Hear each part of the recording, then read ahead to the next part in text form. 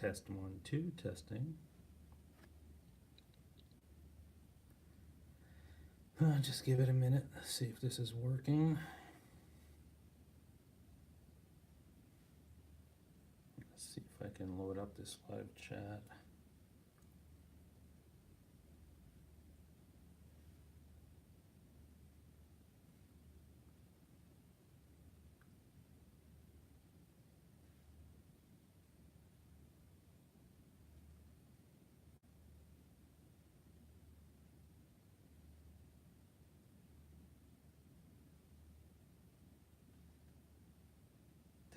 Test 1, 2, testing. Test 1, 2, testing. Okay, that's working. Okay, that's working. Hey EJ, Hey, EJ. what's up, man? Hey, EJ. Just thought I'd test this stuff out here.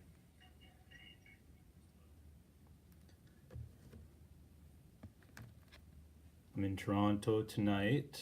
I'm here for the week. I'm working a conference all week, so I figured I'd give this live streaming thing a test from the hotel that I'm staying in. I don't know how good the stream is, but hopefully it's okay. It's the first time I'm doing it with the iPad, so bear with me. Not really sure if it's all working properly and if I'm getting all the chat and everything. Let's see if a few more people pop in here. See, EJ's in here. You're there. Oh, cool. Where are you out of, EJ? Are you south?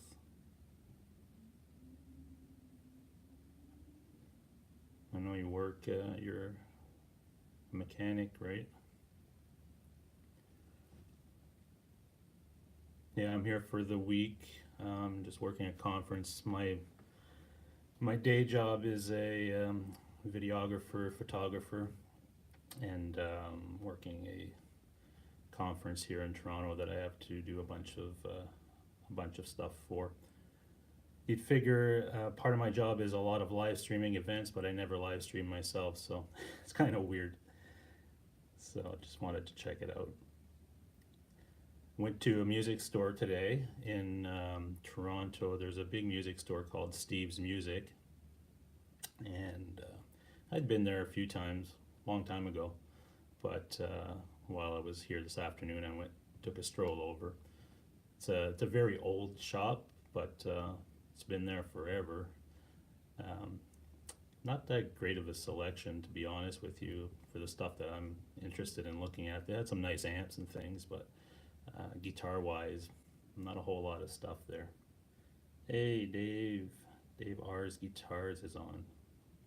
Nice to see you, man. If you're in the chat, say hi. Hey, Guitar Hack. How's it going, man? Just doing a quick test here to see if everything works on this iPad. I'm in Toronto, like I was saying, for a conference all week. So in this hotel, it's kind of it's a real high-end hotel, and I get here today. They give me a beautiful suite. Everything's cool, and I get upstairs, and the TVs aren't working. So they had sent an engineer up here to have a look at what's going on. Apparently my room is the only one that hasn't have some computer hookup or something for the TVs to work. So kind of a bummer, but that's all right. I watch YouTube most of the night anyway. See, we've got a few people in there. We've got Guitar Hack, R2, R3. How's it going, buddy? Got Dave R's Guitar. The EJ's in here. You guys looking at any new gear lately? I'm looking at a few different things, a couple of guitars that I'm interested in, but you know the rule, got to sell something to get something, so that's the hardest part right now, is trying to figure out what instrument I want to let go, because you know, you get attached to all your instruments and you don't want to let go of anything. So some of the guitars I'm looking at are more Telecasters, Stratocasters type of guitars. I've got a lot of Les Pauls. I've got an SG, so I'm looking to get a little bit of variety in there as well. Do a lot of recording, so I need that tone. So Gibson Firebird, yeah, I've tried a couple of those, and they're nice, but for some reason the balance was kind of weird for me. I don't know if position of the scale or something. I'm not sure what it was, or it just didn't feel as comfortable to me. Hey, Guitar Girl, how's it going? Metal X is on too. Wow, nice. We got 8 people. Yeah, I just don't sell any Les Pauls though. That's all I have to sell right now, because I have 4 Les Pauls and an SG, and I have a Yamaha bass. Those are the instruments I have. So one of the Les Paul has to go. Scotty G, how's it going? Dave Byron, nice to see you. Just experimenting with this iPad live streaming right from the iPad.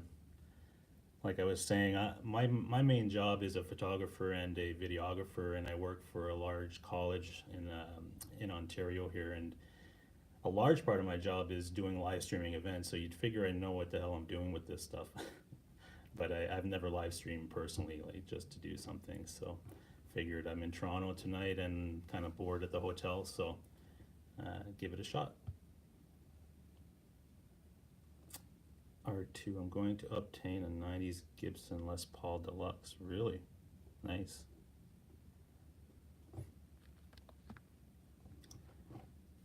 It's not a college. It's an organization. It's family physicians organizations out of Mississauga, but it's a national college basically in healthcare that I work for. Yeah, and the guitars I tried on the weekend were really, really nice. I've tried a few high-end Strats. They were okay. I did try the Sur guitars. I had a couple of Strats that were the Sur brand, and like Guitar Hack that told me to try them because they were quite a step up, and quite honestly, they really did feel a lot different than some of the higher end Strats that I was trying. I don't know if it's the neck or what it was, the pickups, but they were really nice. But even nicer than those ones, I found the Tom Anderson guitars were like insane. I still can't get that out of my mind. Since I tried it, I shouldn't have touched it, because now I'm kind of, jonesing to get one of those really bad. But they are expensive, and but if it's the right guitar and fits what I'm looking for, and if I can sell one of mine and not lose too much money on it, I might pull the trigger on it. But I'm still looking around to see what's out there. Metal X, I'm doing good. Yeah, I'm seeing the chat come up on the iPad. I also got my phone running next to me here, so I can see the chat separately. It's kind of a challenge keeping up with this chat thing, so I know what you guys mean when you're live streaming and you're trying to get a grasp of all this stuff.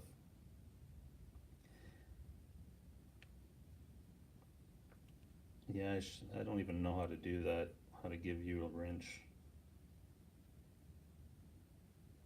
Let me see. Oh, I think I just did. Guitar Hack, I just gave you a wrench. Oh, I didn't know you wanted to meet at Cosmo for this weekend. I thought you wanted to meet at Cosmo for the Pete Thorne event that's coming up, because I am going to that, and that's in a couple of weeks. So if you want to meet up for that, yeah, definitely. We can do that. As far as amps and things, I'm looking at a system called Synergy. I don't know if you guys are familiar with that, where you buy modules. You can get different modules for them.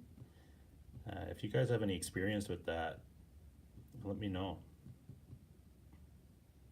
Because apparently they're really, really cool. So they're, you're actually using a tube amp, but it's a modular system. So I guess you could pick a Friedman or Soldano or different types, and they're the real things. They're made by the real people who make these amps. So they've been getting some positive reviews. I'm just got to get into either Cosmo Music or something and see if I can try one out. Yeah, Pete's going to be doing a gear recording seminar, but I think it'll be real interesting too, because if you're at all interested in doing some home recording, there might be some good tips there. Hey Terry, how's it going? Terry G&G. Yeah, just streaming for the first time here from downtown Toronto. Do you guys have any subjects you want to tackle or any questions? Let me know. I'm primarily a bass player, I guess. I have a lot of years playing bass in multiple bands, but the last band I was with them for about 12 years and played bass most of the time. But in 2008, we disbanded, and since then, I kind of took a break from music because I've been playing all my life in bands and things. So I just wanted to do something different, which is why I got into the career that I'm currently in, which is videography and things. So, thoughts on an EVH Wolfgang? Yes, I tried one. Very nice. No real complaints about them. I just, after trying that Tom Anderson, it was like night and day difference from everything else I was trying. So, but definitely nothing wrong with the EVH guitars. It played awesome. I really liked the neck on it, the feel and the sound. Everything was really good. Bass question: good, inexpensive bass amp with DI. Inexpensive depends what you mean by inexpensive. I used to do a lot of work with Trace Elliot amps that had really good DI right out of them. A company called Eden. I don't know if they're still around even, but they made some really nice stuff, and I think they've either been bought out or not sure. But even getting a good Sans amp DI unit by Tech 21, I believe, makes them. Those are amazing. So you can pick up a pretty good little unit that will serve you well if you're a bass player, and it's really portable. Oh, thanks, Terry. Yeah, I'm not sure. This is just streaming from my iPad, so wasn't sure how it was going to work out. Yeah, I'm just looking at the chat right now, trying to keep up. I'm looking at it via my phone. Yeah, and as far as new guitars lately, the SG was the last one I got, and I've been playing a lot with that and getting used to that. It's a lot different than playing a Les Paul, but I do like it a lot, and I think it needs a good setup though, because I haven't had a chance to really set it up. But I really like it a lot. Yeah, not a bass player. Yeah, so I played bass for many years, and then I took a break, and last year I wanted to get back into music, but I wanted to get back as more playing guitar. I've always wanted to be more of a guitarist, and I did play, but not a lead player. I always, when I wrote songs for the band, I always wrote it on guitar and wrote the riffs and things of that nature. But as far as, picking up a guitar and playing leads and, going through more of the scales and that stuff, I was never that. But I'm enjoying learning all the new stuff and practicing more and trying to build up my skill set. What did I get for an SG? I got the SG Standard, the 2018. Got a pretty good deal. I bought it at a music store up in Barrie, Ontario. I think it's called Music Pro, and they're really nice people, good to deal with. I've purchased a few things from them as far as gear, and even I bought an amp. I bought a Marshall DSL 20 back in February or something like that, and I liked it, but I just wanted to try something different. So I brought it back to trade it in, and expecting them to, give me the trade-in value of it, and I was gonna lose money, but I knew that going in, and so I picked up a Vox amp, and they're so nice about it and everything, and that they just kind of charged me a $50 rental fee for having the amp for like 3 months, and they gave me the full value after that. So, and I've done that a few times with them with some gear, so they're a good shop to deal with. After I got the Vox, and I had that for a few months and playing with it, trying different things. I got tired of that. So I'm like that. I try different things. I'm still trying to find that right solution for me, and since I'm just getting back into playing guitar primarily, I'm experimenting a lot and trying different amps. So uh, I might be making a few changes. Right now I'm using a Boss Katana, the Boss Katana Artist, and I also have a Helix that I'm running through it as well, which is really cool. It sounds amazing, but I'm always on the lookout for new things and trying different solutions until I find that one that will sit with me. Oh, Guitar Hack, thanks. Yeah.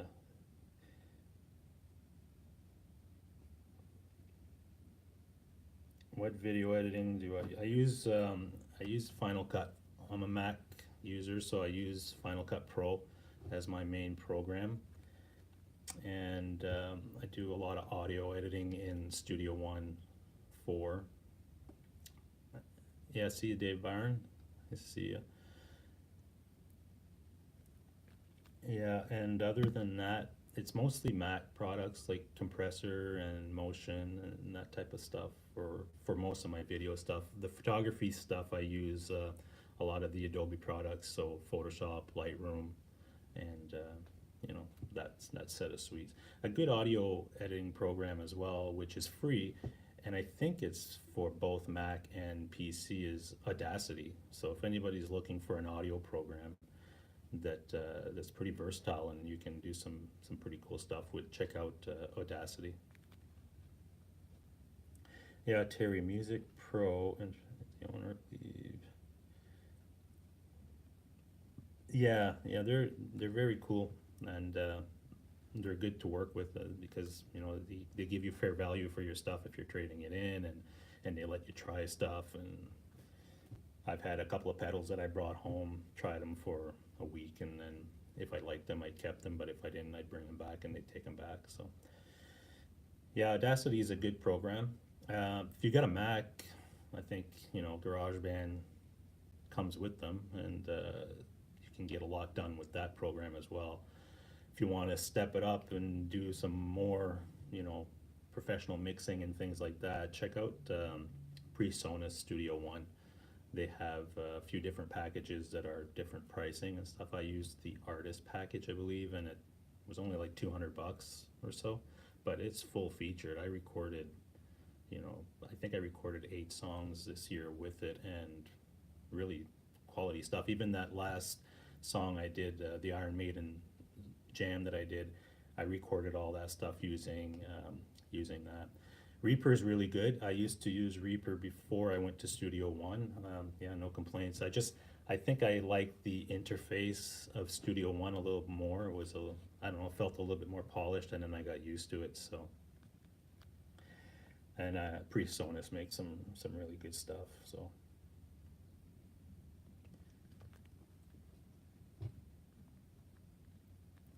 other than that, and I use a Focusrite. I guess it's a four inputs in the front, and there's some inputs in the back. Focusrite audio interface, and I go direct. I believe it or not, most of the time right out of the Helix. I go from the Helix in, and then I'm running whatever patch that I'm looking for as far as the sound. Hey, Mr. B, what's going on?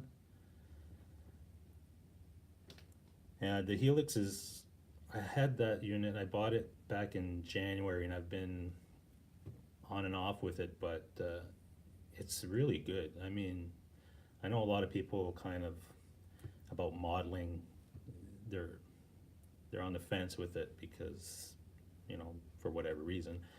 But man, I've gotten some really good stuff out of that.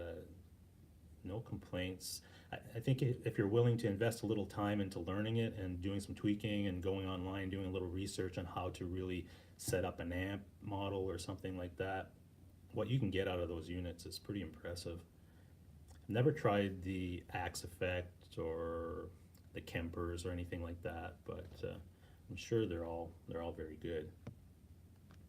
Hey, Jason Wade, what's going on, brother? We got 11 people. Nice. Not bad.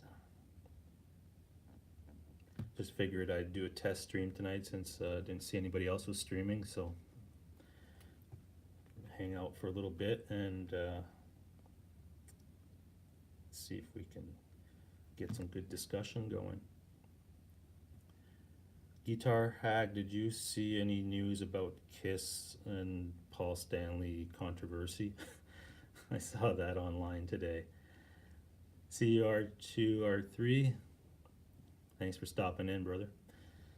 Yeah, apparently he's was lip syncing or something like that. I mean, it's possible. Some of the stuff he's singing is not easy, and he is getting up there in age, so maybe he needs to do a little bit of that to keep going. And yeah, rest in peace, Stan Lee. That's something, eh? 95 years old. I didn't know he was that old. Man. Yeah, I don't know. if you can make it to 95 years old, and he seemed to be in pretty good shape as far as his brain and everything. He was pretty witty and quick, so yeah, I guess if your time is up, your time's up. Lip sync on all late night shows. Yeah, that's probably true.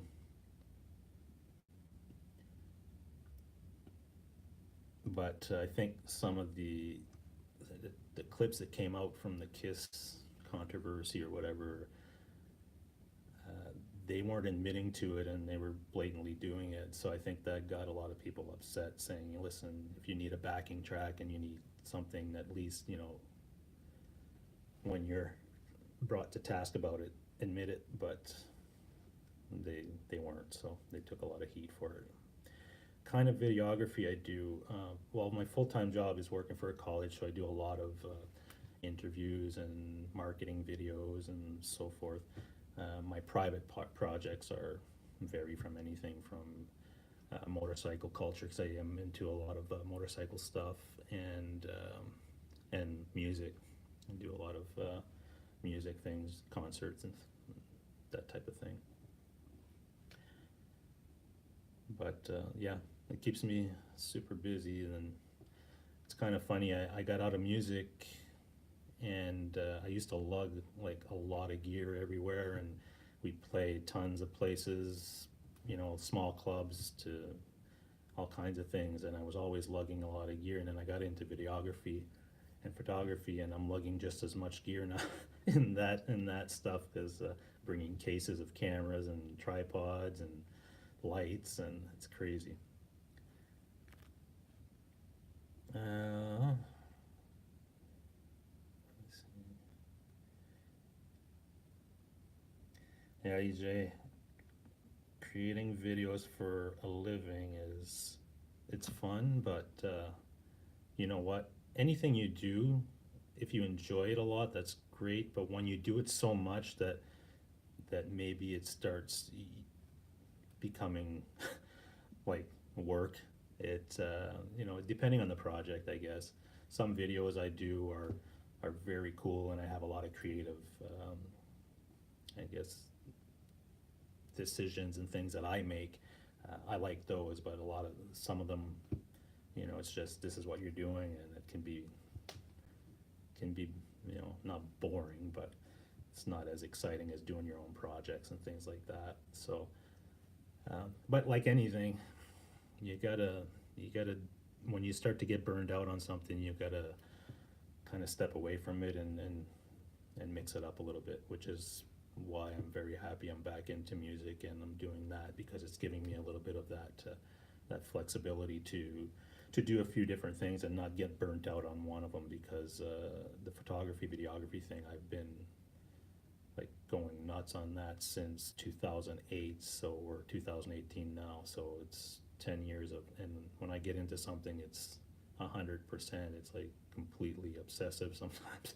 It's probably, some people say it's good, but it's not always healthy. Just same thing with music. Like I got back into music just this year, and I figured I'd have one guitar and an amp, and I'm sitting in my room and I've got 5, 6 guitars and a couple amps, and it's like I get into stuff and I just sometimes take it to an extreme. That's just the way I am, I guess. But yeah, whatever, it works as long as you keep it reasonable. Mr. B&G, no work and no gigs. Oh, yeah, Guitar Hack, you're not playing gigs these days. Sounds like EJ sounds like a YouTube addiction. Yeah, and quite frankly, I really enjoy the live streams and things that all you guys are doing, and the content from the community has been really cool. And I wasn't like I wasn't really aware of it until a few months ago, and I started. I do a lot of research online for anything, and especially when it comes to gear. And then I started getting, you know, some of your channels coming up when I was searching for things, and then saw some live stream events, and I really enjoy that. Really, I think it's great community.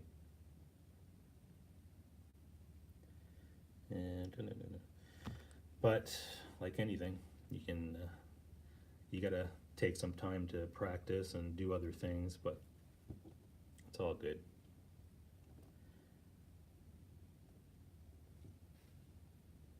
I don't know what. Let me just check this chat here for quickly.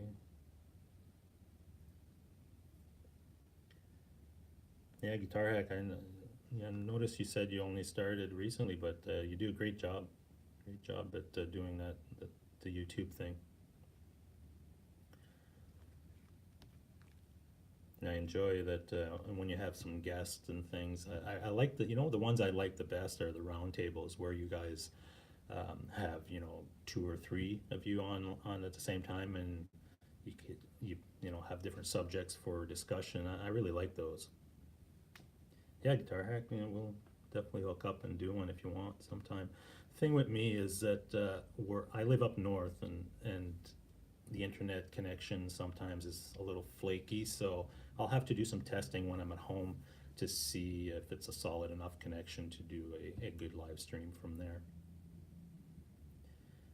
Yeah, Guitar Hack is a YouTube sensation. Yeah, you know what? It's funny. Some people have a real, I don't know if it's their delivery or just something about people. They come across a certain way when they're doing their live stream, and it's very cool to see that some people really have a knack for it. And like that Steve from Boston is, I apparently it's like somebody that you're friends with. It's so weird. You don't know this guy, but just the way he comes across, right? And makes a difference. Yeah, nothing wrong with collecting guitars until until the money situation starts to pop up, because some of the guitars can get expensive. The Les Pauls I have, well, the most expensive Les Paul I have is that ES semi-hollow one from Nashville, and quite honestly, I think that's the one I'm going to be selling. It's the one I play the least. It plays great. It's a great guitar, and when I got it, I was super excited about it. But out of all my guitars that I play, it's the one I play the least, so I had to pick one. So I think I'm going to put that one up for sale. They're kind of rare too, because I don't see them around too much, and even the music stores I looked at, they don't even have them in stock. Apparently they only make a certain amount per year of those, so I'm hoping there's a market for it for me to sell it anyway. Yeah, Dave, ours, there's always room for one more. Yeah, that's true.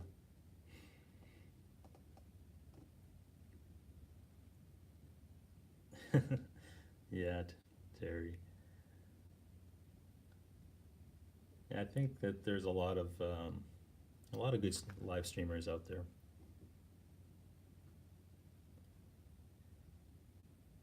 There's, I, I'm not sure, but the guitar community as a whole, I think, is it's a very diverse group from everybody from beginners to professionals, and I think that's what I like about it. Everybody seems to bring something different to the table, and you get a different perspective. Dave R, don't have a problem buying guitars. I have a problem selling. Yeah, I know it's tough, but if I could have, I think if I could have just like maybe three guitars, I would be happy. But they'd have to be like the three that are my like I've played a bunch of them, and those are the three that I landed on. Like that Tom Anderson guitar.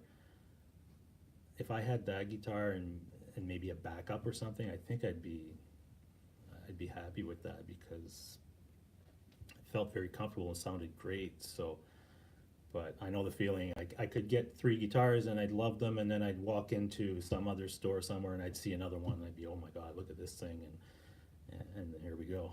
You know, we're getting another one. EJ's. I have a cat channel as well. The cat community. Yeah, I don't have a cat. No. I know my wife wants a dog really bad, but it's a lot of work.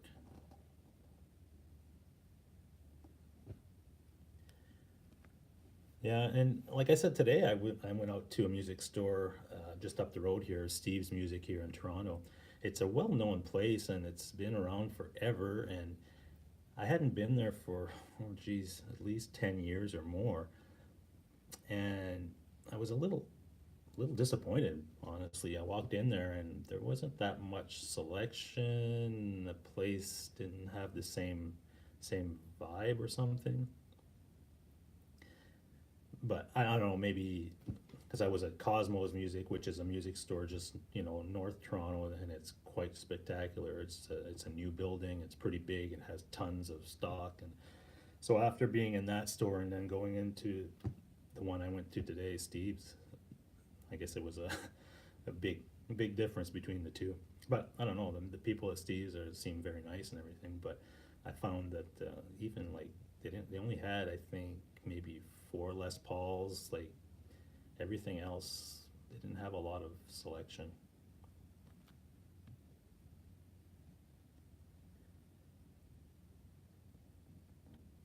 Yeah, Dave, I added a bass last week and shopping for a Firebird. Yeah, I have a Yamaha bass. I bought that again back in February, I think, and I bought it because I wanted a bass so that when I recorded, I could, record all my bass lines with. I used to own, and when I was playing bass all my life, I played primarily Ernie Ball Music Man basses, and I had four beautiful Music Mans, and when I got out of music in 2008, like I said, I go to the extremes. I sold everything, so I lost out on. I should have kept at least one of those because they're great basses, and they're for some reason in Canada they're hard to get. I don't know if Ernie Ball just makes a certain amount, or the stores have to, if they want to be a dealer, they have to order a certain amount. That's what I found out this weekend as well. I was looking for an Ernie Ball guitar, a Cutlass. They've come out with, well, I guess they've always had a Cutlass for the last few years, but this year they came out with their model that has a roasted maple neck, and it's amazing looking guitar. And everything I've read about it and seen online, that people are raving about these guitars. But when I asked the music store this weekend about it, they apparently they said that they only order when a customer orders one. I don't know why that is, why they wouldn't stock more of them. I think there's restrictions, or Ernie Ball has certain limitations or things when they're dealing with their dealers. But that's one I really wanted to try because I heard a lot of good things. And I played an Ernie Ball guitar before when I, just off the shelf here and there years ago, and I really liked it. Let's check the chat here quickly. Yeah, Dave Hart has a cheap Yamaha bass. Yeah, Yamaha makes some really good products too. Guitar Hack had to order my Ernie Ball. Oh yeah, okay. See, and that's the other thing.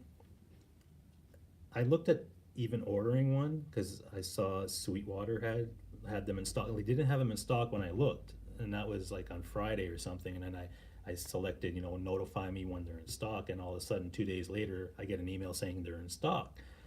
So wow, great.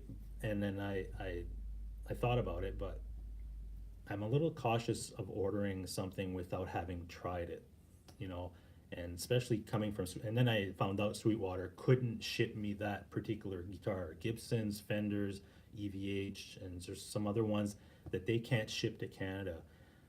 I guess because there's dealers in Canada and there's a restriction on doing that. But they said if I had a U.S. address, they would ship it there, and then whoever would ship it to me. But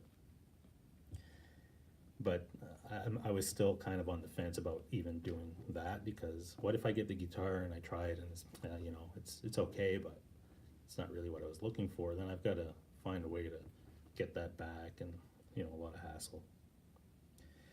Metal X, I'm fortunate to have Guitar Center. Yeah, you know what? You guys in the States, man, you guys for gear, you got it made because when I was in Las Vegas, I guess a few months ago for work as well, and just the handful of stores that I visited there, like Guitar Center, I went to Sam Ash, a couple other guitar places, and wow, the selection was insane, and the pricing, well, I guess when you convert it to Canadian funds, it's up there. McQuaid. Yeah, Lon McQuaid. I've for that music store, Lon McQuaid. I bought some things from there. A buddy of mine. I'm originally from New Brunswick in Grand Falls, and there's a Lon McQuaid there that opened up, I guess, about 5-6 years ago. And a buddy of mine is actually the guy that runs it, that opened it. And so I've actually bought a Les Paul from him directly from his store, and because he's a good friend of mine and stuff. So, but I don't know. I don't have a lot of experience with Lon McQuaid other than that. Brian, we have it made with pizza too. Did I miss something about pizza? Oh yeah, in the States, yeah.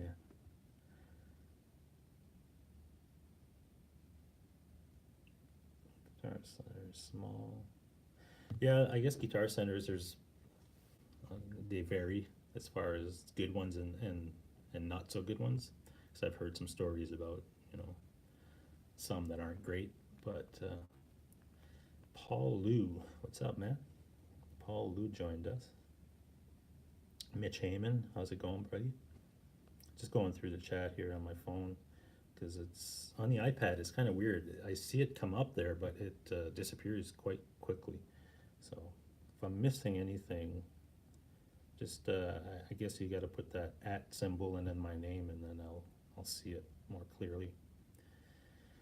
But I'm glad that EJ loves his EVH because it's a beautiful guitar.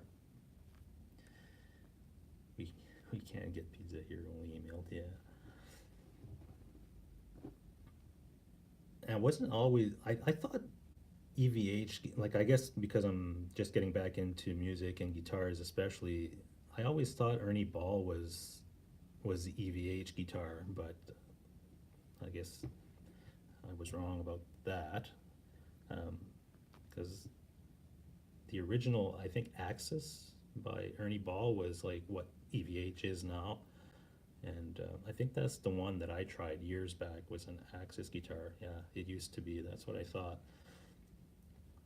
But would they be the same as far as what an Axis? If you picked up an Ernie Ball Axis and you picked up an EVH, would it be the same thing? That's what I'm wondering.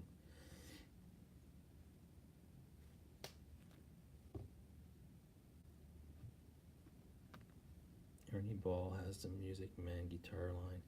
Yeah, but the Axis looks exactly like, well, I guess to me anyway, I thought it looked the same, close, but Ernie Ball neck is different. Okay, yeah. I guess I'd like to try one just to see. Because when I did try the EVH, I thought it was like really good. I thought for some reason the neck would be smaller. Does that make sense? Like slimmer or something? But it was pretty beefy. Yeah. Hey, thanks, EJ. Just trying this out. Hey, Poo Ninja, what's going on? I loved when I watched your stream there, Ninja. You had the Darth Vader mask. That was hilarious. Wolfgang is deeper C. Yeah, that's what I kind of felt that. I wasn't expecting it to be that chunky actually, but it played nice. It really really nice. I actually plugged it into a PV. I guess they're lunchbox amps or whatever, 5150, and it sounded amazing. See ya, EJ. Gotta run. I'll catch you next time. Look forward to your next stream.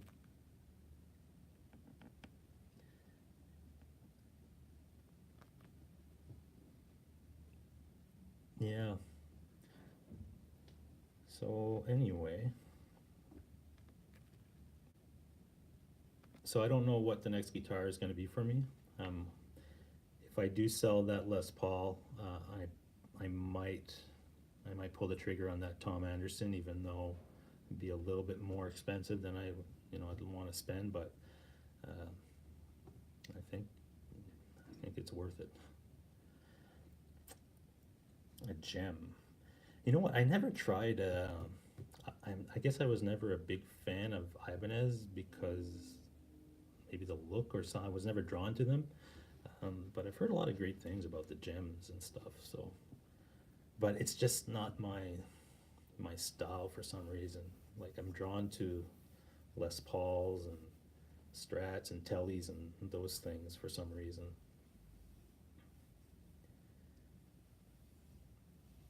What guitar you talking about? Guitar? Are you talking about the Ibanez gems? 'Cause I've heard a lot of stuff of thin, yeah, the thin necks, Poo Ninja. I don't know. Oh, the Tom, yeah, guitar hack. Tom Anderson is like, be careful if you try one. It might cost you some money. And then the Squire Hello Kitty. I don't know. Never seen that.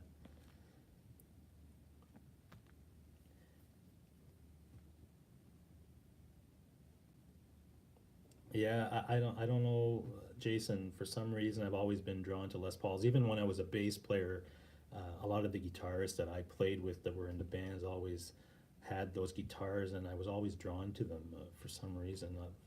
Some people just kind of gravitate towards a style, I guess, and that was always the one that seemed to fit the best for me. They are heavy guitars, though. I'll tell you something.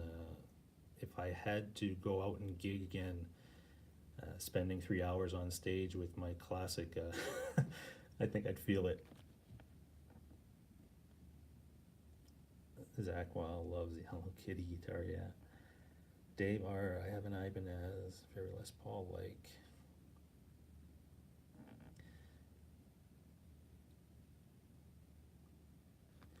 Yeah, I don't know. I've had a lot of people say that Ibanez, and I guess it depends on what model you're looking at, and I'll try a few just to say that I've tried them. Yeah, the Les Paul thing is just you're when you're into them, I guess. I tried an R8 the other day, but man, the thing was like 8 grand. Wow. The Jazzmaster Jaguar. Not really a big fan of the. Well, not that not a big fan of them. I never really tried one because I was never drawn to them as far as their look, I guess. But I'm open to trying anything. Sometimes I see a guitar that like it looks like, nah, I'm not into that look or whatever, and maybe I should get over that and just try it because it might be like the actual like excellent guitar, but I'm not even giving them a chance.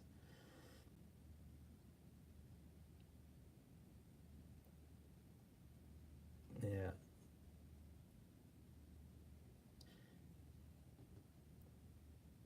I tried it. Yeah, Poo Ninja. I did try a 335 before. Nice guitars, but if I was spending, you know, that money because they were quite expensive, the ones I looked at, the Gibson ones anyway, I think I would still prefer a Les Paul for some reason.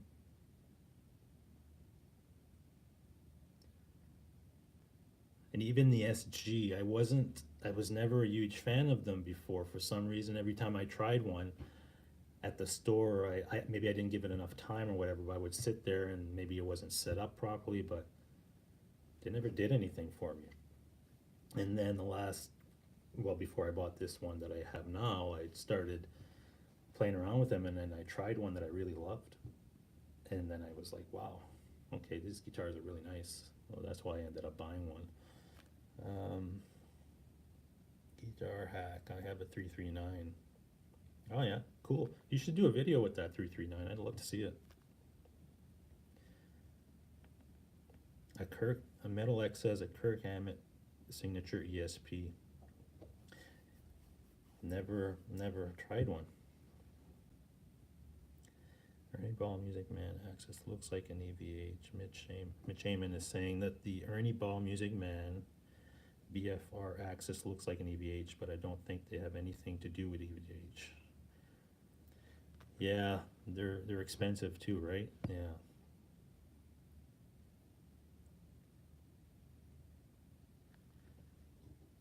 Yeah, the EVH is the AVH Wolfgang is, especially for the price. I can't believe how good they are because I think the ones I tried on the weekend were around $1,200 Canadian, and I was like, wow, you know, for that money you can't go wrong. Not with that. If that's the type of guitar you're looking for. I have a okay, Guitar Hack. I'll have to check that out. I didn't see that. If you have a video on the 339, I'd love to see that. Guitar Hack does me too. Play my SG more than any guitar I own. Yeah, yeah. I've been playing.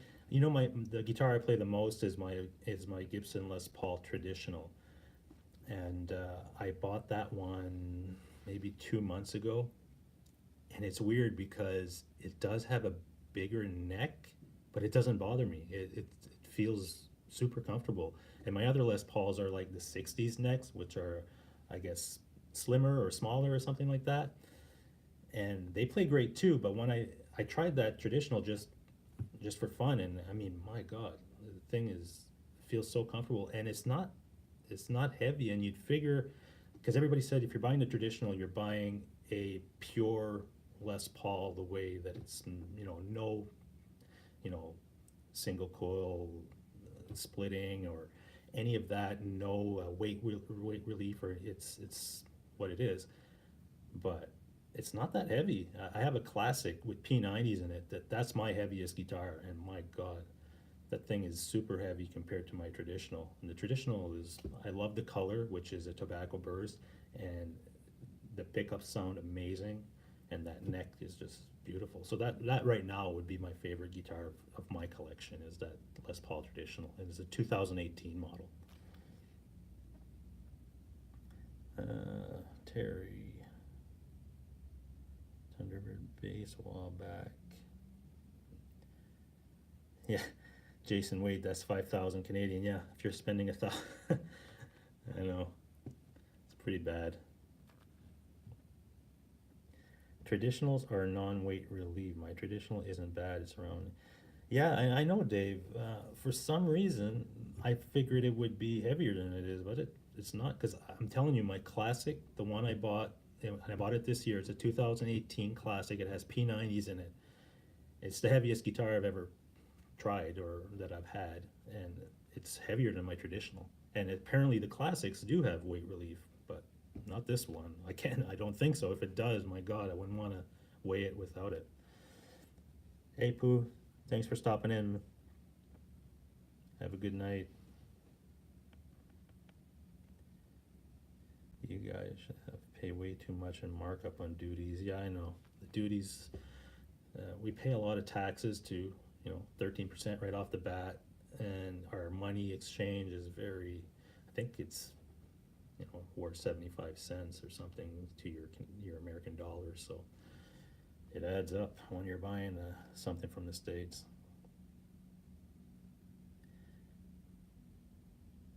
Yeah, the traditionals are all over the place with their weight. Yeah, but I'm telling you, the one I got, perfect. I love it. I don't think I want anything heavier than that. Move to the U.S. Yeah, I know. Funny you should say that. My wife actually works for another medical company here in Markham, Ontario, and her I guess the head office is in California or whatever, and she did have the opportunity to, a few years ago, to maybe transfer over there, and we could have moved there, but we decided to pass.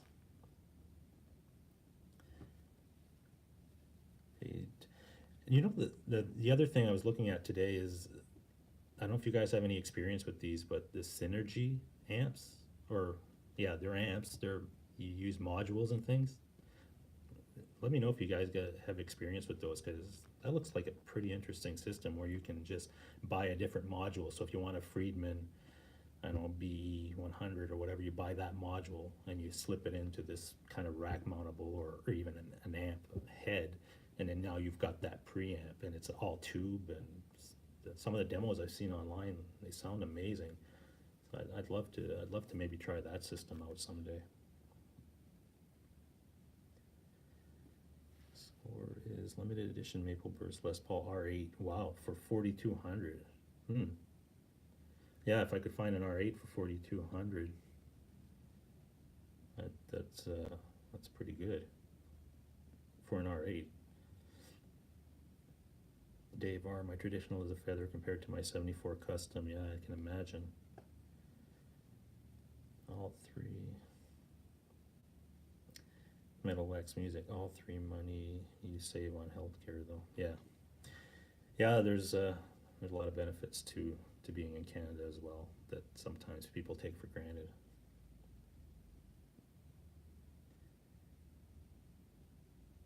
Yeah, healthcare in Canada is a big plus, but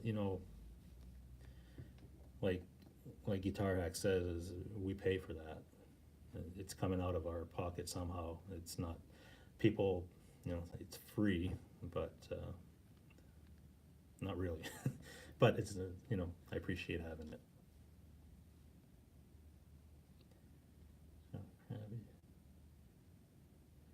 Oh, thanks, Jason. Yeah, the Trooper video. Always enjoyed Iron Maiden, and as a kid growing up, always listened to that music and that and a lot of other things. And as a guitar player, I always loved that riff, that opening riff. So I figured, well, I'll try it. What's the worst that can happen? I can screw it up, and even the solo, it's not the solo. It's not, it's close. It's in the range of what he's doing, but it's not transcribed note per note or whatever, which is fine.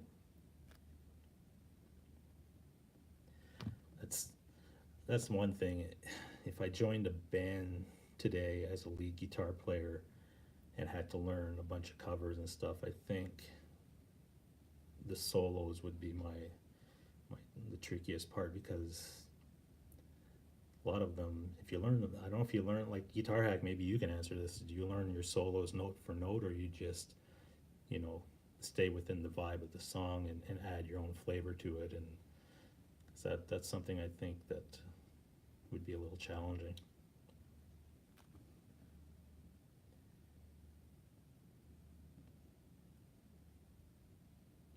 Let's see what else we got.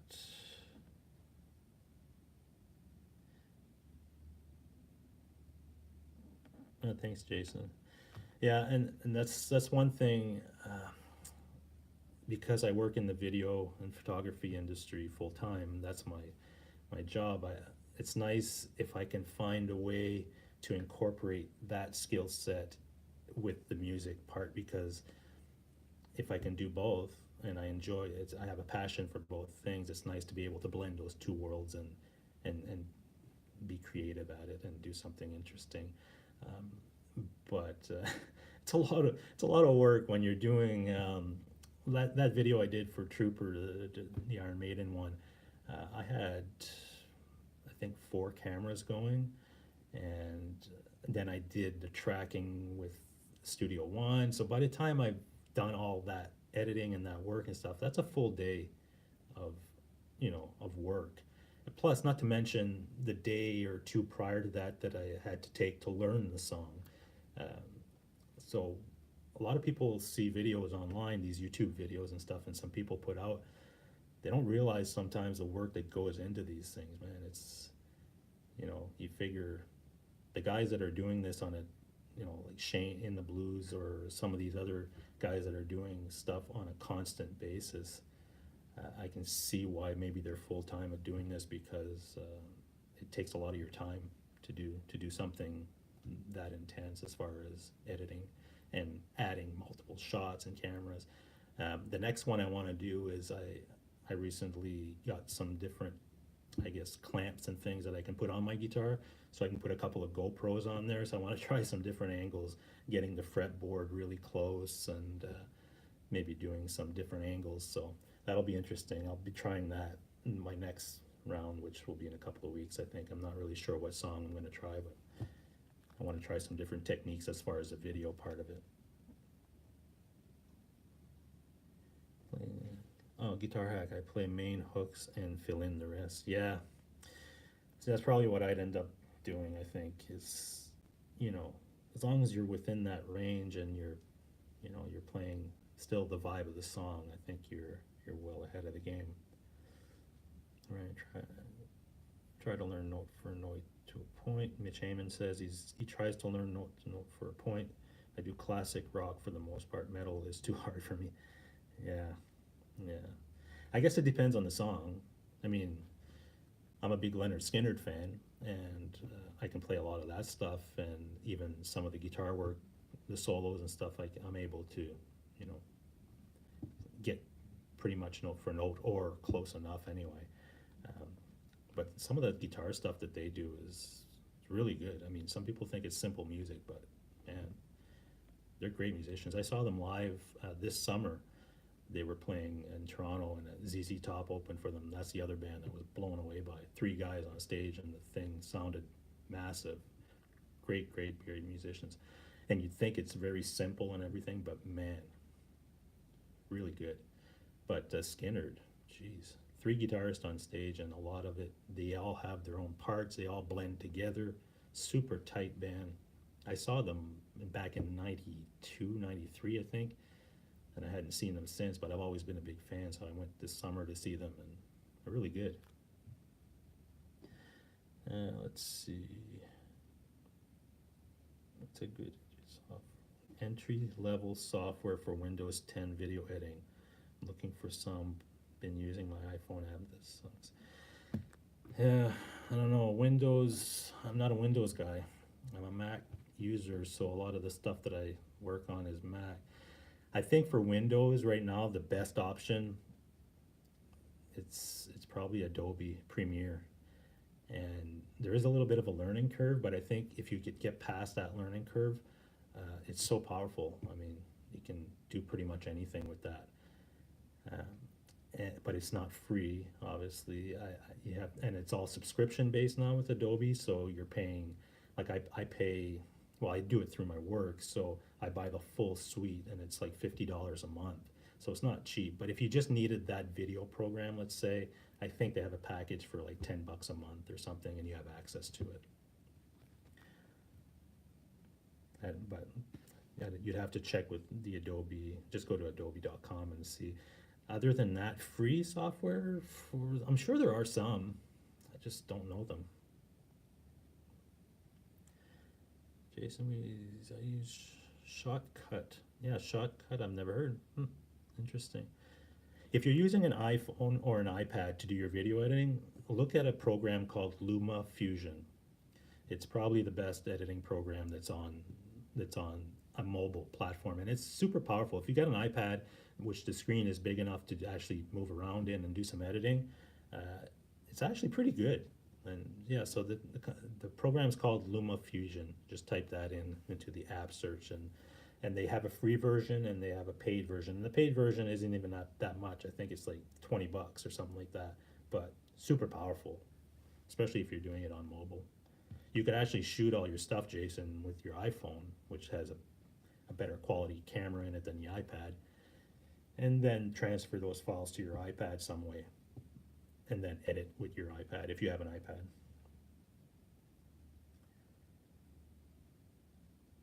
You just don't want to pay $350 for something this. Yeah, that's the thing. Because I do this as a job, I work with those types of programs, and I guess I don't know enough about the free stuff or the other stuff, especially on Windows, because I don't use Windows on a regular basis. Yeah, Guitar Hack says Windows Movie Maker. I guess if you needed just a simple editing program, I built, and I think it's free. Not sure. Final Cut, yeah.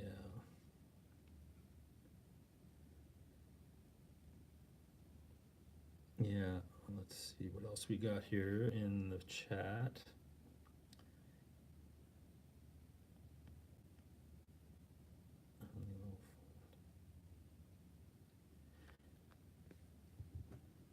Yeah, I think there are some options out there as far as editing software. You just gotta do a little research and try stuff. If they have a free trial, just download it, and then just learn the basics. A lot of the programs you'll see when it comes to video editing, they're very similar in what the interface is. There's some different UI things, but it's all timeline based. So it's drag a clip to a timeline, do a cut, do a transition, add some lower third graphics or text. And so they all have the same type of features and functionality, even though they might be a little different. But if you download a free trial of something, I think even Adobe, you could probably do a free trial month or something and then experiment.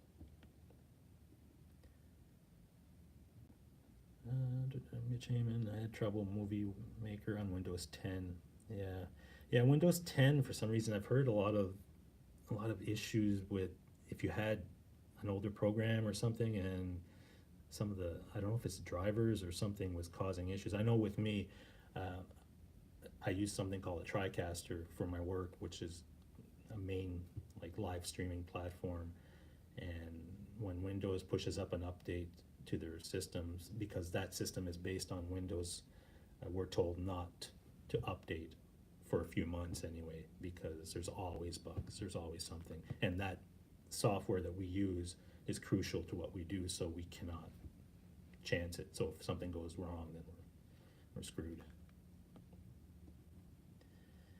Terry says, I use Windows Media, but Corel movie editing software.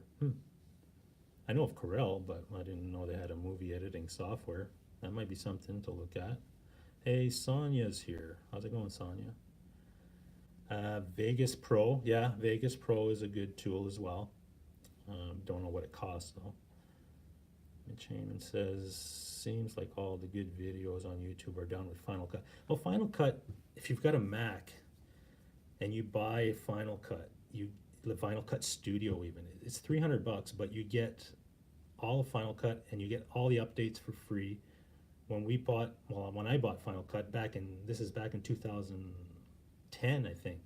I haven't paid for an update since then, and it's been updated many times. It's changed from being a very, like, I guess, simple program to something that you can do pretty much everything on now. And I didn't pay for any updates. That's what's nice about this Apple like, type of architecture. And you get compressor, which is great because you can format your videos in different, you know, resolutions and things like that very easily. And you get motion, which if you want to really get into more graphics and things, so you get all that for $300. So yeah, it's $300, but if you're on a Mac and you're going to do a lot of this video stuff, you can't beat it. Let's see what else we got. Power Director came on my laptop. Power Director. Can't say I've heard of that. Vegas had issues with 4K video, but they fixed it. Yeah, Mitch Heyman, I used Wirecast for many years actually. It's a great program, yeah. But now we're using TriCaster, which is kind of a similar. It's all a streaming platform of editing. But if you can get a copy of Wirecast, especially if you're doing live streaming stuff and you want to do multiple cameras and add some graphics, and it's like OBS a little bit, probably a little bit better than OBS, I imagine. But yeah, it's a good software. I enjoyed using that. I actually built the streaming platform at the colleges I worked for off of that.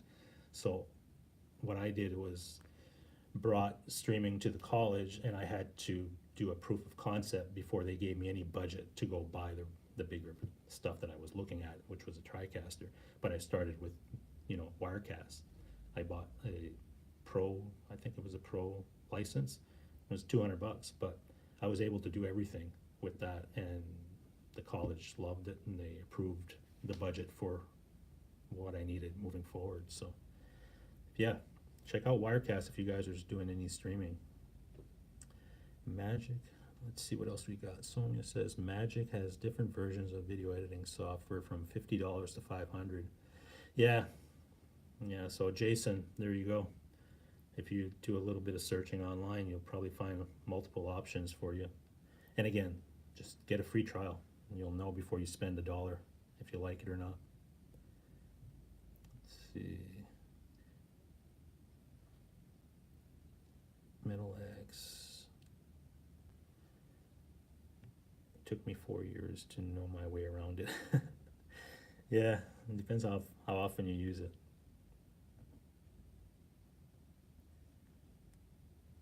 And Corel Video. Yeah, I'm not sure about Corel Video too much. I've never used it. Yeah, the killer intro and outro graphics for videos, you know what? And this, I'm speaking from Final Cut point of view. There's companies out there that make plugins. They make all kinds of things for different software, Adobe and Final Cut primarily. But when you're looking to do a great animation or an intro or something like that where your logo is incorporated in it, they have pre-built things in there where all you have to do is upload your logo to this plugin, as long as your logo is in PNG format and stuff, and it's all quite easy to do. You don't have to do all that legwork where in the past when I started doing this, I had to go frame by frame by frame and animate everything in between, and it's a lot of work. But now they have programs that are built for Final Cut and stuff where you just download that template and you pump in your information and it does all that work for you. So it's come a long way. So if you're looking to do that type of stuff, there are a lot of options out there to do very cool and slick animations. Just bear with me here. I'm just trying to keep up with this chat thing.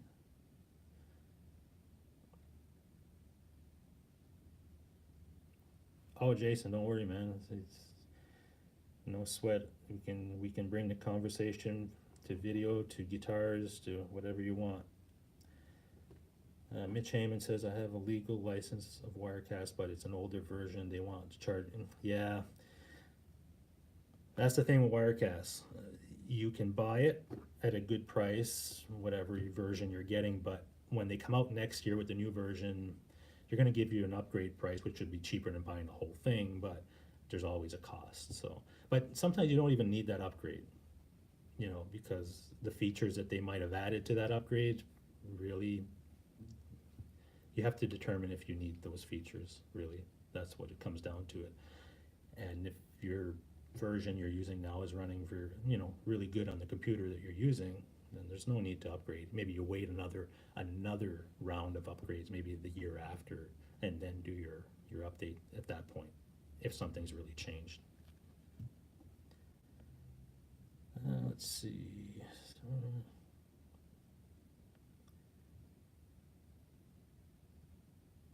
Yeah, so the templates that I'm talking about, Metal X, these were for Final Cut, and I'm sure they have them for Adobe. So you'd have to do a little bit of searching to see if they have them available for Power Director. You know, I'm pretty sure they would. You'd have to do a little searching. It depends on the popularity of the program too, because these companies that are building these templates and these plugins and so on, because some of them, well, most of them are paid, and they're not a lot of money, but let's say you wanted to buy an intro package, it could be $5, it could be $10, whatever. But if the developer is going to take the time to develop that plugin, they're going to want to make sure there's a huge user base for it. So, you know, like you're talking about Power Director, I don't know how many people are using Power Director. If there's enough people using it, then they're going to develop it for it, because they tend to go that way, because they're going to make a little bit of money on it. So, but it's worth doing a search and seeing what's out there for sure. The templates that I use are from a company called Pixel Film Studios. So if you type in, and you don't have to type in Pixel Film Studios specifically, you could just go into Google and type in templates for Final Cut, or templates for whatever program you're using, and you'll see different companies that offer them. And they even have companies that do a lot of, you know, film looks, or, you know, if you want to change the colors and, you know, add more cinematic feel to your footage, they sell, you know, templates and plugins for that too. But yeah, the company that I've dealt with is Pixel Film Studios. They're primarily dealing with Final Cut products, but I'm trying to think of another. I know there's a couple other companies out there that do a lot of it. I just don't have the name in front of me right now. But if you do a search, you'll find them. Yeah, and I think depending on what you're trying to do, there's different levels. The intro that I saw was, what is his name? Can't remember his name. I just watched his live stream the other night. Oh man, I can't remember his name. But anyway, he's got the blue wings and the guitar in the center. Anybody can help me out here with that? That intro is really cool with that graphic he has. And Joe, that's it. That's who. Joe Wentz. I was blown away by the intro. It's really nice. So I'm not sure what he's using, if he's using Final Cut or what, but it's something I'd like to ask him. Joe Wentz, yeah, and I just became aware of him in the last month or so I wasn't aware of him. Dave Byron. I think Dave Byron's taken off, so thanks for joining us, man. Dave R's, okay, yeah. Thanks for joining us, man. Joe Wentz is a fabulous, yes, he's really good. Yeah, I enjoy his content. He did I think it was a video on Guitar Center, I don't know, experience or something like that, and it was kind of a funny video, but I had a real good laugh on that one. He's really good at it. Yeah, and other than that, as far as, let me see, Jason Wade, how much is that little oh, the Mac Mini, The Mac Mini just got released again. Like it was old, and then they released a new version last week, um, and it's a really good computer, but I think it starts at, I'm gonna say $1,200. I'm not sure. In the States, might be a little cheaper, but that's for like the base model. But it doesn't come with Loom. If you're talking about LumaFusion is just for iPads and iPhones. Uh, so if you did get a Mac Mini, you wouldn't have that program on it. If you did get that, you'd probably want to get Final Cut. It's a good computer, don't get me wrong, but if you've got a good computer now, I don't know, it's up to you. If it's worth getting that. Joe Wentz does great editing and is an excellent. Yeah, I don't know what his background is. Does he? I'm not really sure what he does. You know, what his background is as far as that goes. If he did a lot of video and stuff before, but it's possible. So I've just become aware of him. EJ does some great videos. Yeah, there's a lot of guys that are doing some really good stuff. Um, it doesn't have to be super complicated and flashy as long as it's put together well, and it basically blends in with what you're doing. It can be very effective. And it's it's also part of the theme that you're going for as well. Makes a difference. You don't want to make it too crazy either. Like some people, I don't know. You got to keep it simple, but at the same time, not too flashy. Flashy is what I'm trying to say, I guess. Sometimes if the content doesn't, it loses something from it. Yeah, let's see, Joe Wash.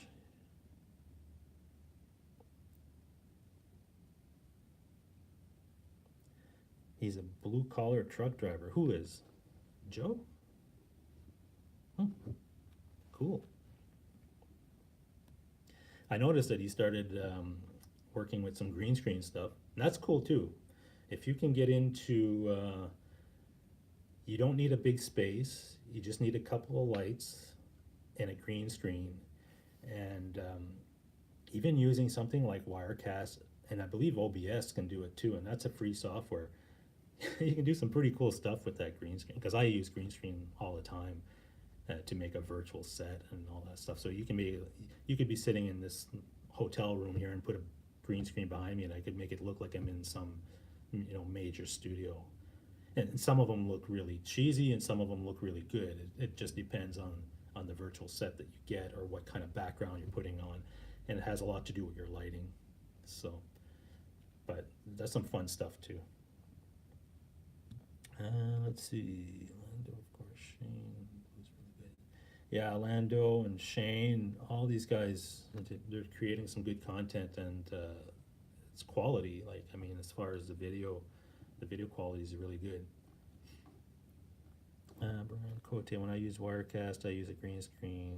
I used a green sheet hung it up. Yeah, it can be as simple as just a green sheet behind you, and go to town, because you can do some really cool stuff. Poo Ninja, I've been using virtual drums as a backdrop. Virtual drums. Okay. I'd like to use a green screen with OBS, but I don't have a good webcam. Yeah. I guess it depends on your camera's quality and resolution as well, especially if you're going to get into green screen, because it needs to resolve a certain amount of data in order to pull that background and stuff. So if you're using something, that's going to struggle and that's going to have some issues. But I think, Logitech makes some really good webcams. I think it's a 940 or something like that is really good for the money, and you can do a lot of good stuff with it. If you can, it's always best to use a dedicated camera, like a DSLR or something like that. I use Sony cameras for the stuff, not tonight obviously, but some really high-end cameras and stuff, and obviously that stuff is going to look amazing, but sometimes it's overkill as far as what you're trying to do with it, but and it costs money. Let's see what else. Just saved a bunch of money on my cable by switching to Geico. There's my guitar playing all for fun.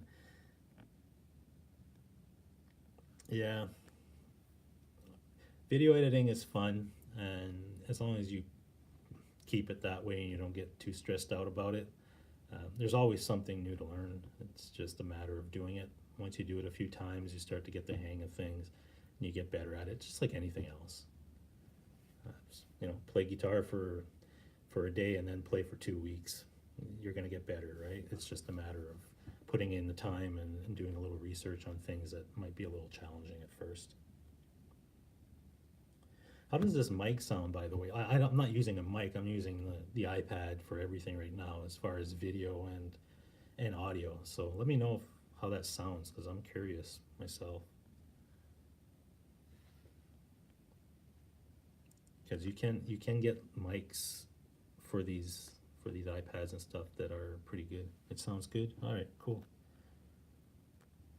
Because again, I just put this together like in 10 minutes, just figured I'd try it out since I was in Toronto in a hotel room, not doing anything. And the TVs don't work in my hotel room, by the way. It's the stupidest thing. You know, they booked me in this great hotel.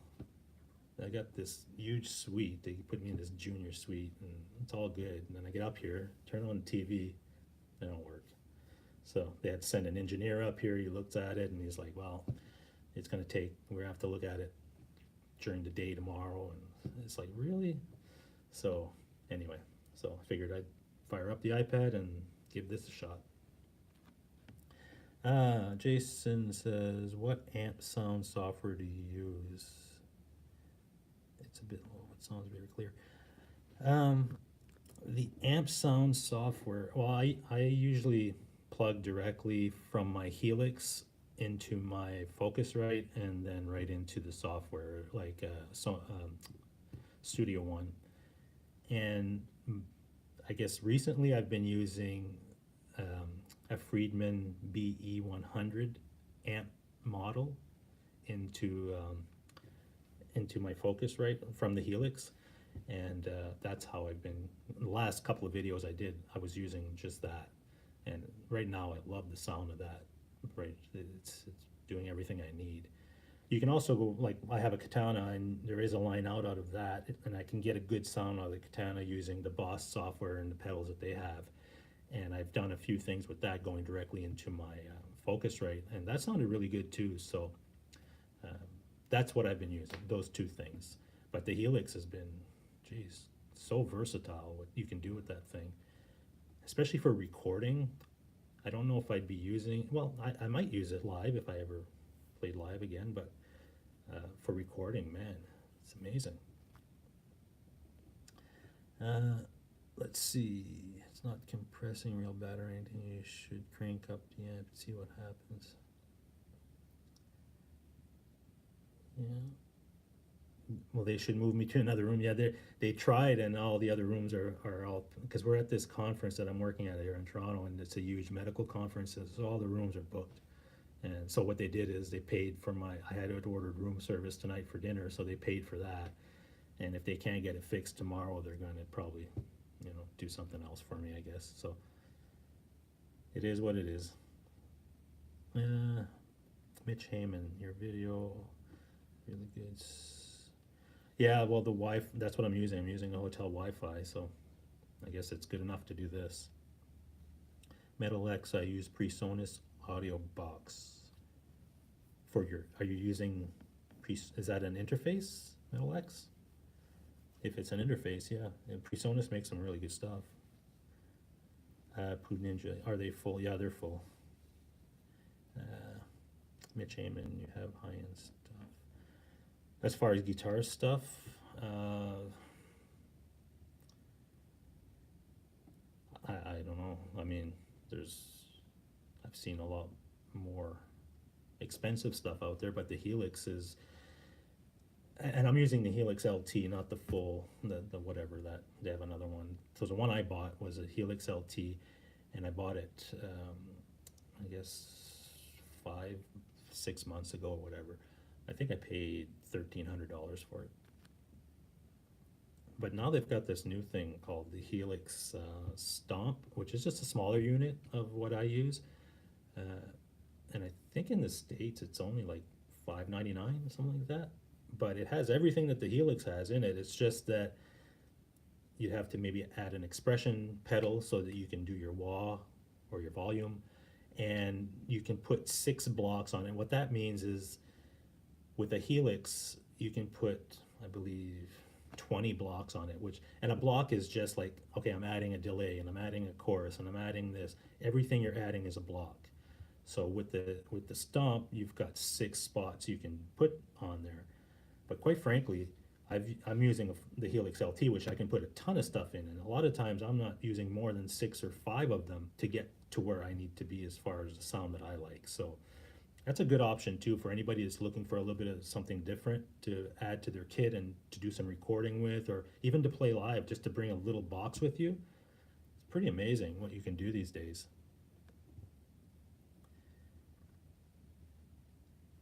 Not a Friedman. Yeah, well, I wish I could just go buy a Friedman full stack. That'd be nice. I don't think I'd ever be able to use it though, or to full capacity anyway. Jason, I use PreSonus AudioBox 96, Studio One 4 Artist, and Yamaha. Yeah, I was going to ask about that Yamaha TR10X. Yeah, so block. Yeah, so the Helix works like that. It's basically you're adding blocks to a chain. So an amp, same as a block, and maybe a cab, and you can add a cab block or an IR. You can add distortion pedals. Like, it's all blocks, basically, it's what it is. Jason made a Helix. Yes, I've never tried the Headrush. I use a Helix, so I'm sure the Headrush is a good unit as well. Yeah, I was gonna look into that Yamaha THR, but I never had a chance yet. Oh, Guitar Hack, you're still there, good. But I've heard a lot of good things about that Yamaha. But is it a preamp, or I guess I'm confused about what the Yamaha is actually doing. Because I know there's a line out of it. I'm imagining it goes right into a board or into an interface, and then you dial in your sounds. Does it have, I guess the question is, does it have presets that you can download from other users that create presets, or does it have software?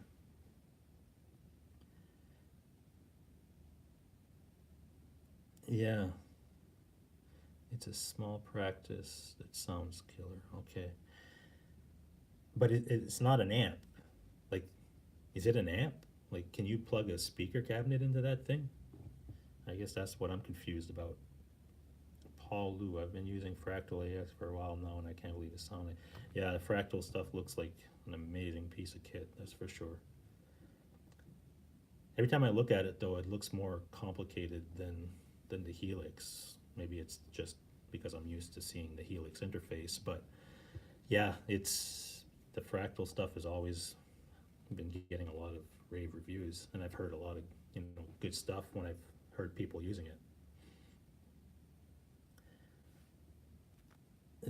So the Yamaha is badass for what it is. It's an interface practice amp, comes with software. Okay. Yeah, that's what I was wondering, if it came with an editor, and what's involved in that editor. Is it just sounds? Is it like pedals and chorus and all that stuff, or that's the part I was kind of confused on, but I've heard a lot of great things about it. I was really blown away by that Katana, by the way. Like, I heard so much about these amps when they came out, and I never even like considered one. And then I went to the music store, 3 weeks ago, and I was trying out that SG. I said, "Oh, I'll just plug in this Katana amp for fun," and it was like, wow, what the hell? this thing sounds amazing.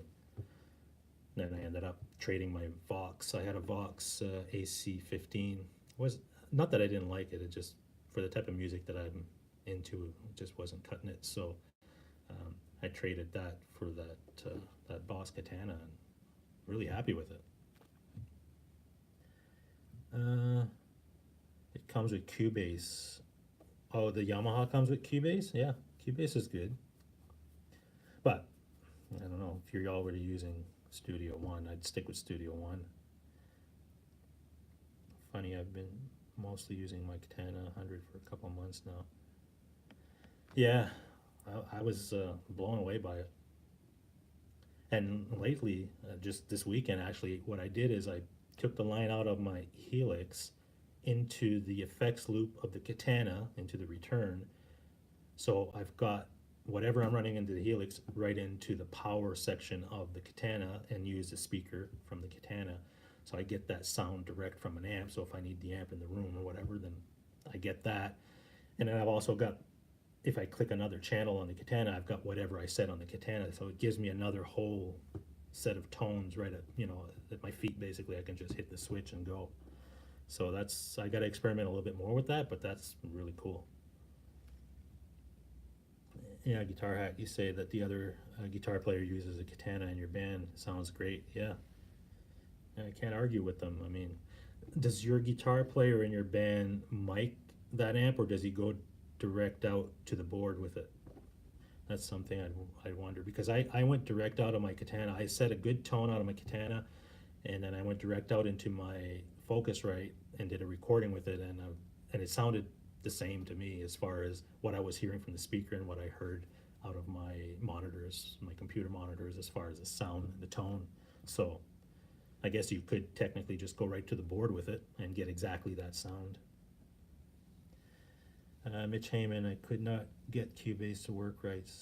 Did a clean install on Windows 10. Yeah, again, not a Windows user, so no experience there too much. Has a guitar input, phone out, auxiliary, okay. Editors, try 5 presets and make your own, okay. Plus comes with effects, compressors, okay, cool. Yeah, sounds like a great device, that Yamaha amp. Like, geez, yeah. And they're not that expensive. I think I've looked at them before and they were quite reasonable. So, something to consider if you're looking for that type of thing and you don't have anything. Guitar Hack says no mics. Oh, it's 100. Yeah, so he's just whatever the amp is projecting in the room. That's what you guys are doing. Okay, cool. Yeah, because when I played for all those years with Smear, anyway, we played different places. So some places we were mic, some places we're just using our amps. Just depends, I guess. And playing bass, I was going usually into I had my amp. I had a full SVT set up, 810s. It was like overkill. Like again, I get into something and I go crazy. But I had an Ampeg, SVT head with everything, and then I plugged direct into a DI box to the PA. So really, I was getting the Ampeg sound, but the audience was getting portion of that, and they were getting whatever the PA was spitting out at them. so, yeah. But anyway, that's just the way I do it. I play bars, so only Vox through PA. Yeah, we played many shows like that. But sometimes we played some smaller clubs. I remember playing the Horseshoe one year, and that place isn't that big, but man, they mic'd everything. Like, it sounded great. I guess it depends on the club.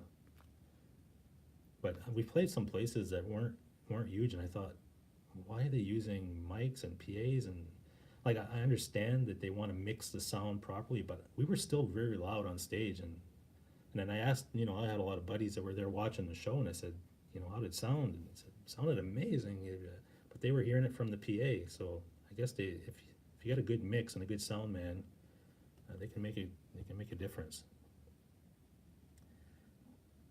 The Duke mics us. Okay. But we played a place in Toronto called, well, I'm sure Guitar Hack, it, is the Opera House. This place is it's converted into a bar, and I don't know what it is today, but at that point it was like a full bar and everything, but it was like a theater, and it was, man, that thing was amazing. It had a full PA set up and a huge stage, and oh my God. You know, you play places like that, and then you end up playing whatever Joe Blows in Penetang or something, where you still get a good crowd, but it's nowhere near the same experience. It's crazy. Eddie Van Haskell. Hey, how's it going, Eddie? Yeah, Opera House, it's a great sound.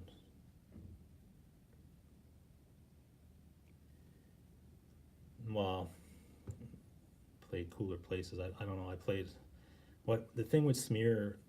We started out in '98 as just a cover band, and we played a lot of local places and things like that. Even we played a couple of colleges, because back then, you know, you could play some of these college parties and things that were pretty big, and then the word get around. And then we went to being mostly original, and we actually recorded CDs, and you know, had agents working for us and stuff. So it was a different time. Maybe I don't know what it's like today, but back then, if you could build a semi good following, and you played a couple of good shows with, and opening up for some, you know, we opened up for Our Lady Peace one year.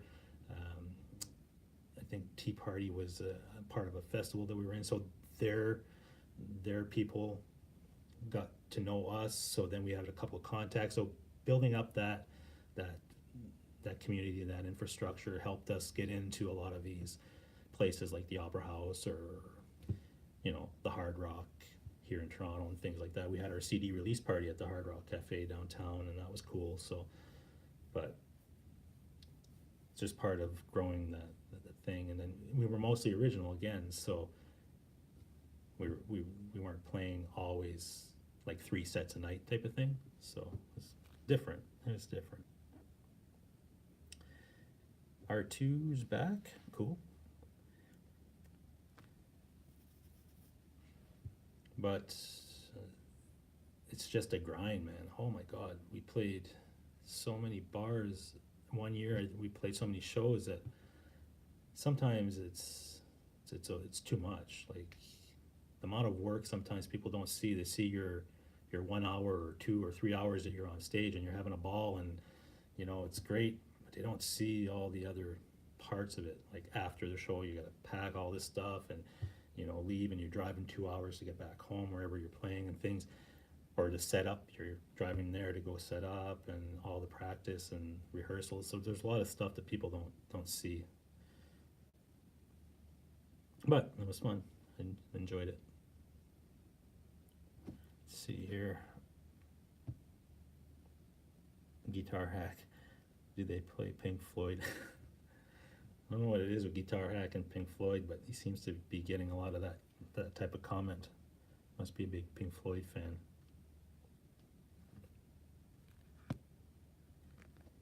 Nothing wrong with Pink Floyd. They're good. I only saw them once. It was quite the show. It is fun. We're just weekend warriors. Hey, it's all good, man. I loved playing. Some places were better than others. Some songs were funner to play than others. As you know, if you're playing a lot, you know, some songs you enjoy playing. Some songs are just, you're playing them because, you know, they get a good reaction or whatever. So I actually played, Smear was an all original band at the end. We started as a cover, and in the middle we did a tribute things to kind of give us more gigs. Believe it or not, we just wanted to play more. So we formed a Godsmack tribute band. So it was still Smear, same 4 members, but we were called Dogsmack, and it was all Godsmack. Believe it or not, it was like weird. But anyway, tribute bands back then, and probably still today, depending on how popular the band is that you're covering, in early 2000s, that type of music like Disturbed and Godsmack and these types of bands were hitting pretty big. So we did that cover, and we were getting some good gigs out of it. So they were paying, and a lot of it was to make extra money, and all the money we made as a band for most of the part was put back into the band. So it was a good income stream to do that, and we enjoyed the music. So it was not like it was. Let's see. I just want to see, is there a way?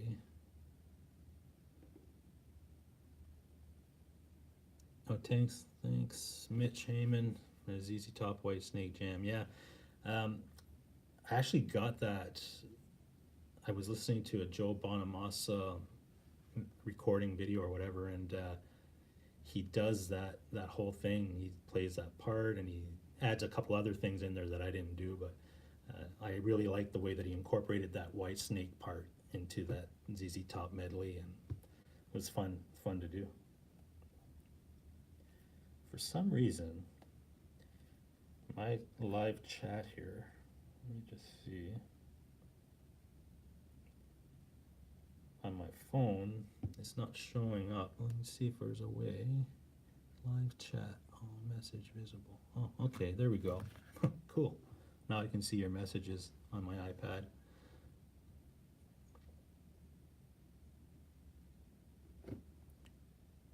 Is there a way that you can get the messages up on the iPad or whatever, but have them stay there, like they disappear? I think that's what I'm trying to figure out here.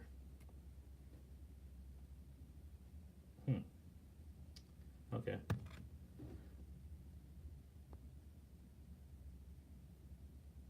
Cover bands get paid, yeah. Well, that's what we found. I mean, when we did our original stuff, we got some good gigs, and we, you know, depending on what you did, if you're playing a festival or whatever, then you get something out of it. Sometimes we book our own things. We were real popular down in the East Coast, so we book a 2-week kind of little tour in the East Coast and Quebec, and we booked some good shows there, and we would get the majority of the ticket sales would come to us. So the promoter would get some, the venue would get some, and then we would get, you know, a good bulk of that. So if we sold 1,000 tickets, then we would make, you know, a good amount that night. So I guess it depends. But when we did the tribute band, geez, we played some places and they were paying pretty good.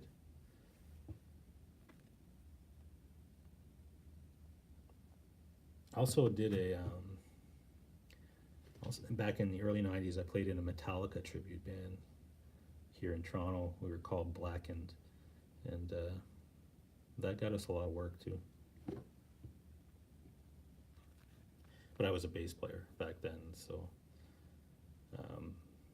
all these things, Metallica, Godsmack, all the stuff that I did was all bass.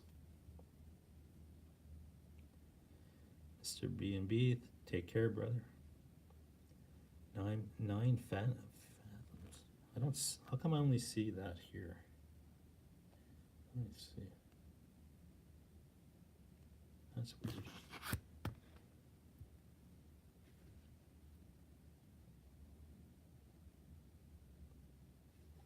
Yeah. Well, thanks everybody for jumping on with me here. I want to see Godsmack open for Metallica. Yeah. Yeah.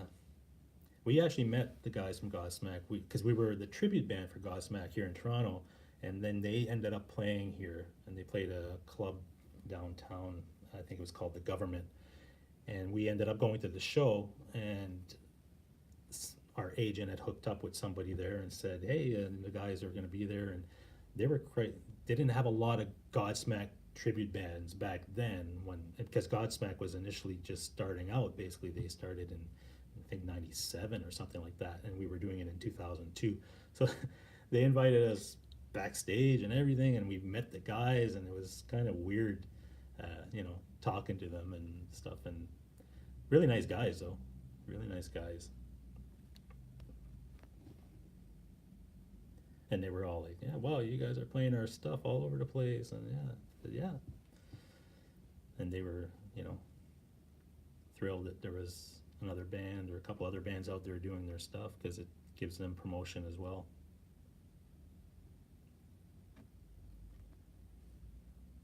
So this is working, but I'm still having trouble with this live chat thing. So if I'm missing any of your questions or anything here, live chat, okay, it seems to be working now.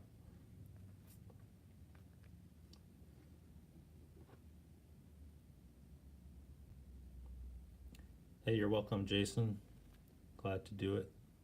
9 Fathoms. It's nice to see you, man. I didn't see you pop in there. Just saw you now. Have I ever listened to Sully Ernest? Yes, I have, actually. Yeah. Guy's very talented.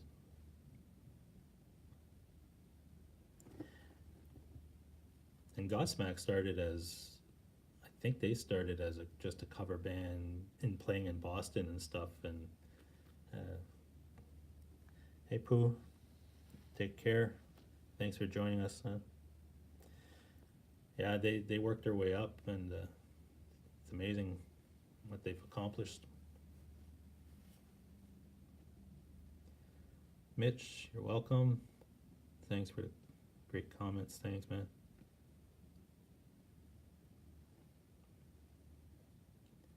Yeah, so anyway, I've been really enjoying all your live streams, guys. So keep up the great work. It's awesome to see the community doing this type of thing. As far as guitar gear goes, any more discussions you guys want to have? Any details? Or even though I'm still catching up on guitar stuff anyway. When I got back into this, honestly, I was blown away by the stuff that was out there, because when I kind of stepped away, this was back in 2008, didn't have the type of stuff we have now as far as tools. And what we did have, like modelers and things like that, were nowhere near what we're using today. Thanks, Guitar Hack. So it's been great to see all this stuff and to play with it. It's been expensive too. Again, when I get into something, it's like all or nothing. Sometimes it can be costly. But I'm looking forward to. I'm not looking forward to selling one of my guitars, but I am looking forward to the new one. And if I can get the one that I'm looking at now, I'm excited about that. That's for sure. I have a question about the tremolo that is on my Ibanez S7320. Go ahead and ask it. I'm probably not the guy to answer it because I don't know much about it, but somebody in here might be able to. There's some guys playing the Ibanez there. Yeah, the problem with these videos, it gives you bad gas. Yeah, I'm really bad for that when I research something and I see something that I like, and then I go and research it more, then I really want it, and then I go out to the stores and try it, and it's like, okay, now I got to get this thing because it's gonna drive me crazy. Which is why I probably shouldn't have tried that Tom Anderson guitar, because again,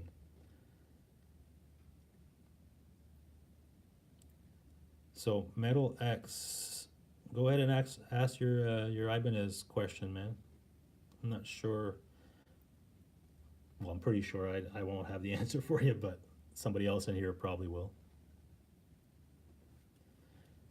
None of my guitars have a tremolo system, obviously. It's weird. I never, well, I've only started playing again this year, but everything that I've played, I've never really had a tremolo system.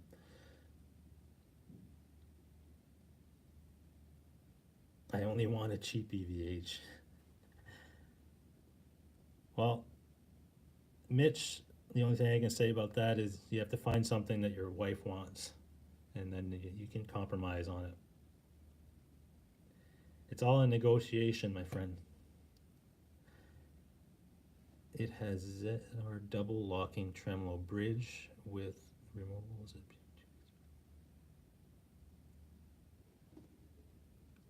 Yeah, I'm not sure. Again, I never played a guitar with a well, I played them, but I never owned one guitar with a tremolo system on it. Jason says he saw a standard for $2.99 somewhere today on the web, either Reverb or, wow, $2.99. Nice. That's worth it. Yes, but it's hardtail. Oh, okay. How do you guys find the tremolo systems on the EVH and stuff? Um, are they stable as far as like if you're really on that thing? Is it a stable system as far as tuning goes? 'Cause I've seen some guys like really dive bomb those things, and I guess they only play a few chords after, and then they move on to something else. And so I don't know how is does it stay in tune very well?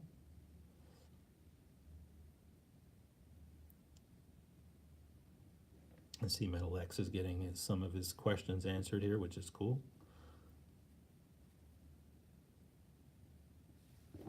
And the other cool thing with that EVH is that drop D thing. Does that work very well? That's something that's kind of appealing to me. It's sometimes I want to play something in drop D, and then you gotta retune and everything. If you just hit that switch and it does it for you, it's pretty cool. As long as it's stable. I mean, I've seen some setups before where you know have a drop D or something, and then all of a sudden all these other things happen. Your guitar is completely out of tune. Metal X, okay.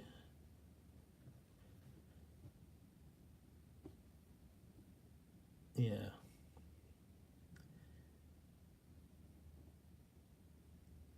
And yeah, Jason, I think I like them better than floating ones because it's up against the bridge. You can only go down. Okay. Cool. Cool. Good to know. I think my RG has an Edge 3 tremolo. Okay.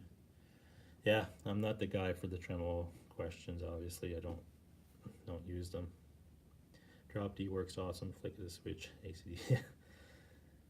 Yeah, that's pretty cool. It's a good system if it works well. That's a bonus. I tried one of those Line 6 guitars. They're called Variacs. Um, it was interesting. It was interesting. I mean, the guitar played okay. I mean, it wasn't like Les Pauls and stuff that I have are way better than that.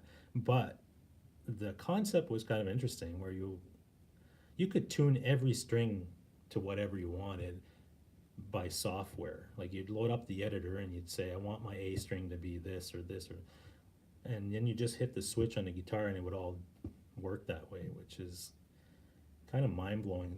But some of it felt a little gimmicky to me, so I never ended up keeping it. I just brought it home, played it a few days, and I brought it back just to kind of experience with it because I was using the Helix and I heard the two of those things worked very well together, which they did. The Helix could control the settings of the guitar and stuff, but I don't know.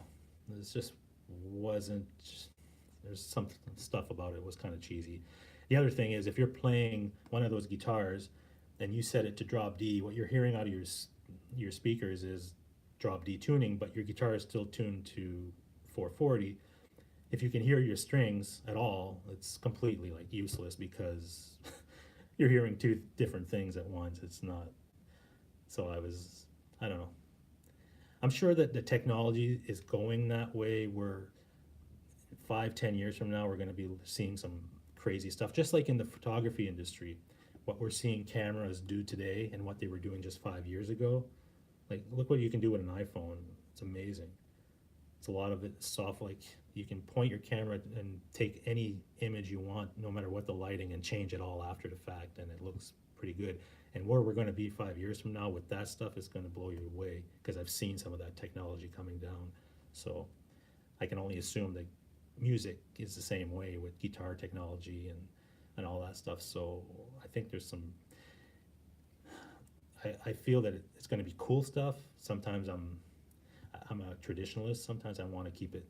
You know, I hope that the traditional part of it stays there and it doesn't go like too extreme. Let's see. It's like that on the older Roland guitars from the 90s. Yeah, yeah, I vaguely remember some of that stuff too, like those synth guitars and things. They had weird sounds and all kinds of stuff. It wasn't my thing. I just never looked into it. Metal X, I have to watch Joe some more. I love learning new stuff.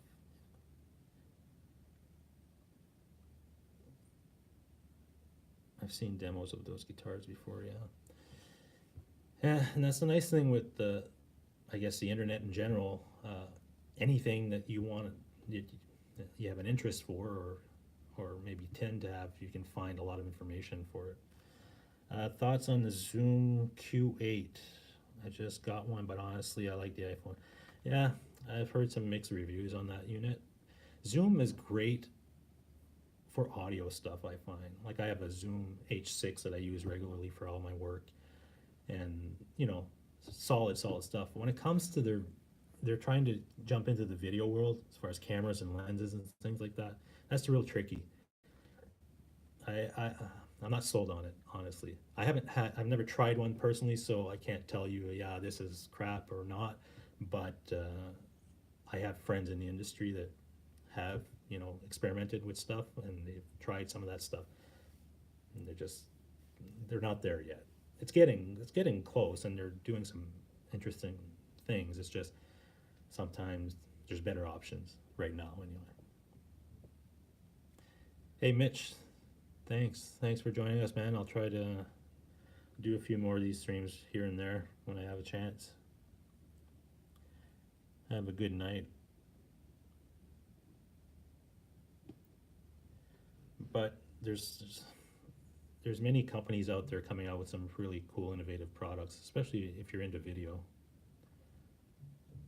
I go to a conference every year in Vegas. It's in April. It's called NAB. It's National Broadcasters Association, and it's the biggest show of its kind, and it's all about video gear and cameras and streaming and all that stuff. And every year it just grows and grows, and the stuff they're doing now, like virtual reality, is insane, some of the stuff that I've seen. So it's going to keep growing.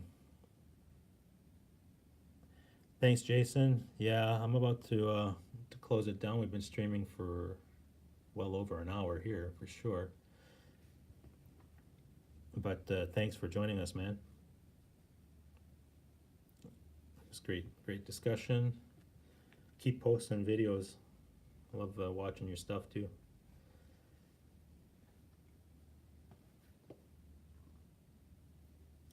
So I think I'll give you another couple of minutes here if there's any last questions or things you want to discuss, and if not, then we'll call it an evening. But thanks for hanging out with me tonight. Otherwise, it's going to be a boring night. There's nothing here. But I'm glad this iPad thing worked out, because being in this industry and doing all this streaming stuff, I never even did anything with the iPad as far as streaming for myself. So it was a nice little experiment for sure. I'm glad that it looks okay and seems to sound okay. So that's cool.